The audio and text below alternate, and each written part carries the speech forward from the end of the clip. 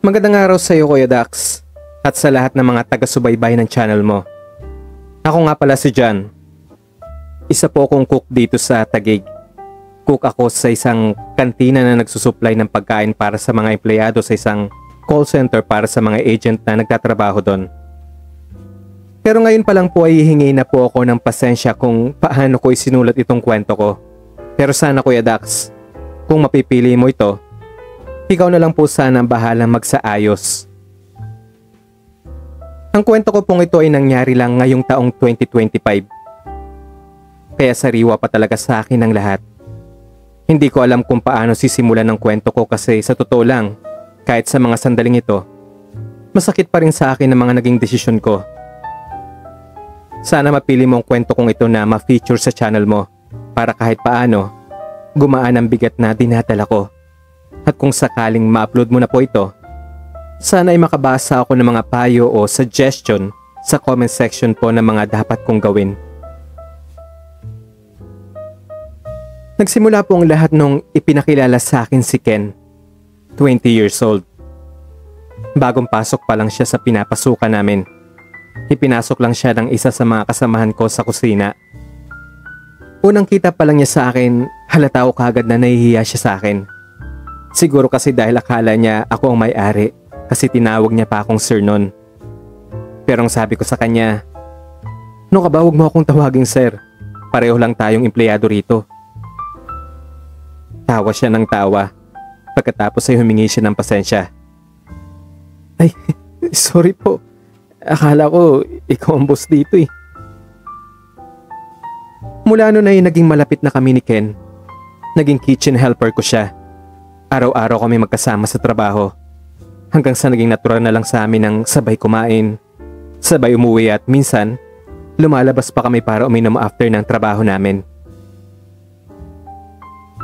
Hindi ko maintindihan, Kuya Dax, pero unti-unti ay nasanay ako nakasama siya.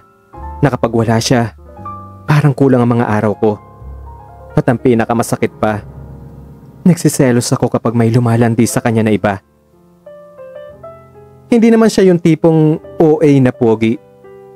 Pero ang lakas talaga ng dating niya. Nadala siguro ng matikas na tindig niya, mga matang nangungusap. Sa paglipas ng mga buwan, Kuya Dax, hindi ko na maiwasang ma-develop ako kay Ken. Minahal ko na talaga siya. Alam ko namang hindi kami pareho ng gusto sa buhay. Pero ramdam ko na alam niya na may nararamdaman ako para sa kanya. Hindi naman siguro siya manhid para hindi maramdaman na espesyal siya sa akin. Kasi sobra ko siyang inaalagaan. Ako ang nagluluto ng paborito niyang pagkain. Ako pa nga minsan na naglalaban ng mga damit niya. Masaya ako sa tuwing magkasama kami. Pero parang umaasa pala ako sa wala. Kasi para sa kanya, para lang akong isang kuya. Isang gabi, inimbitahan ko si Ken na sumama sa Pasay. May handaan kasi sa bahay ng pinsan ko. At since cook nga ako, nakisuyo sila na ako magluluto. Ipinakilala ko si Ken bilang katrabaho at kaibigan ko. Magdamag kaming nag-inuman at nag-videoke. Ako kasi, Kuya Dax, mahilig talaga akong kumanta. Kahit aminin kong sintunado ako minsan. Pagkatapos nga ng birthday party, nagpaalam na kami sa pinsan ko na may pupuntahan pa kami. Pero ang totoo, hindi kagad kami umuwi. Napadpad pa kami sa isang videoke bar. Doon mas nalasing pa si Ken. Ako medyo kaya ko pa naman. Hindi ko nasasabihin ng detalye, Kuya Dax. Kinabukasan parang wala nangyari. Umuwi kami na parang hindi kami magkatabi ng nakaraang gabi. Simula nga ng gabing yun, Kuya Dax, mas naging malalim pa ang nararamdaman ko sa kanya. Mas lalo akong nagsiselos kapag may iba kaming katrabaho o customer na nakikitang umaaligid sa kanya. At dahil ayaw ko masaktan, bumuo ako ng isang desisyon na pagsisisihan ko pala sa huli. Buwan iyon ng January, ngayon lang taon. Nagpasya ako magbakasyon muna sa probinsya namin ng 15 araw kasi hindi ko na talaga matiis yung mga nakikita ko. Hindi ko naman siya masaway kasi sino ba naman ako sa kanya. Maliban sa nangyari, wala naman kaming malinaw na usapan kung ano ba talaga kami. Matapos ang 15 araw na bakasyon ko, nung pagbalik ko, ramdam kong may nagbago kay Ken. Hindi na siya tulad ng dati. Naging malamig na ang pakikitungo niya sa akin. Ang madalas na niyang kainuman ay iba naming katrabaho na tulad ko. Ako parang nawala sa mundo niya dahil sa ginawa niyang pangbabaliwala sa akin. Ipinaglaban ko pa rin naman siya, Kuya Dax. Pero hindi naman ako dumating sa point na gumawa ko ng gulo. Kahit ramdam kong unti-unti niya akong nilalayuan, ginawa ko pa rin ang lahat. Inaasikaso ko siya, pinagsisilbihan, sinasamahan kahit sa niya gusto. Isang araw nga'y nagulat ako nang niyaya niya akong samahan siya magpa-medical. Siyempre sumama ako kasi kahit pa masakit, umaasa akong bumalik yung dati naming closeness. Pero pagkatapos nun, lalo pa siyang lumayo sa akin. Hanggang isang gabi, nag-inuman siya kasama mga katrabaho namin na karamihan ay mga bakla. Hindi man lang niya ako inimbitahan. Doon ako sumabog. Hindi ko na talaga nakontrol ang sarili ko dahil sa sama ng loob ko at dahil na rin siguro sa selos. In-unfriend at dinak ko silang lahat sa Facebook, kasama na si Ken. Tinanong ako ni Ken kung bakit ko ginawa yon. Tapos ang masakit pa na sinabi niya, kung nagsiselos daw ako, wala daw akong karapatan dahil wala namang kami. Oo nga, nandun ako. Wala naman talaga kami at alam ko yon. Pero Kuya Dax, hindi ba sapat yung mga ginawa ko para sa kanya para kahit konti, pahalagahan niya ang nararamdaman ko? Dumating na ako sa puntong napagod na ako, Kuya Dax. Kaya pinili kong palayain na lang siya. Hayaan na lang siya kung anong gusto niyang gawin. Masakit iyon, lalo na't araw-araw pa rin kami magkasama sa trabaho.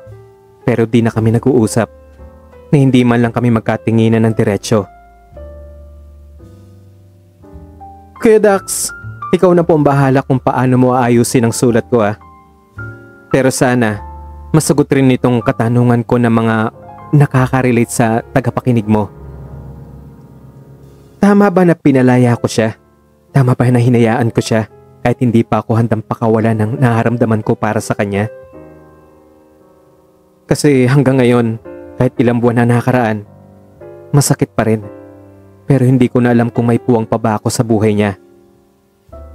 At pahabol na lang, Kuya Dax, ano ba ang dapat kong gawin para tuluyang makamove on na sa kanya? Sana mapili mo ang kwento ko na maisaboses sa channel mo at marinig din ito ng mga makaka-relate. God bless po. Ako si John at ito ang true confession ko. Maraming salamat dyan sa ipinadala mong sulat.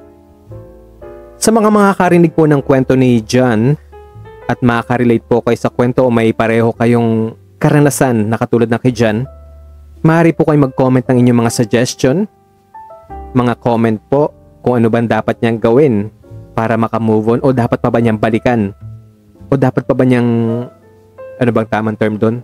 Ligawan or makipaglapit uli doon sa kay Ken.